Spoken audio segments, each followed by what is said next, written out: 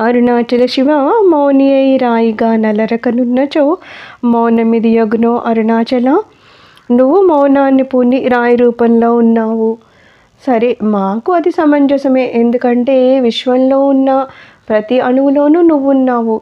కాబట్టి నువ్వు ఏ రూపంలో ఉన్నా మేము దాన్ని అంగీకరిస్తాము.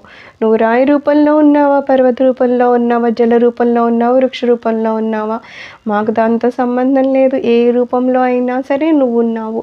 నేను అలానే నిన్ను అంగీకరిస్తాను. కానీ ఇక్కడ మౌనంలో ఉన్నాను అంటూ మాతో మాట్లాడడం మానేస్తున్నావే, ఆ మౌనమే నాకు అంగీకారంగా లేదు. శివ, దయచేసి నువ్వు మాట్లాడు. మౌనంలో ఉన్నావంటూ మౌనంగా ఉండకు. నీ మౌనము మాకు అంగీకారంగా అనిపించడం లేదు. నువ్వు మాట్లాడితే వినాలని తహతలాడుతున్నాము. నీ మాటల్ని మేము ఎప్పుడూ వింటూ ఉండాలని అనుకుంటున్నాము.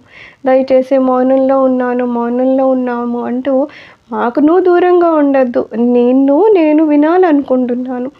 దయచేసి నా మీద ప్రేమతో నువ్వు నాతో మాట్లాడు శివ. మౌనం అంటూ మాకు దూరంగా ఉండకు శివ అని అంటున్నారు.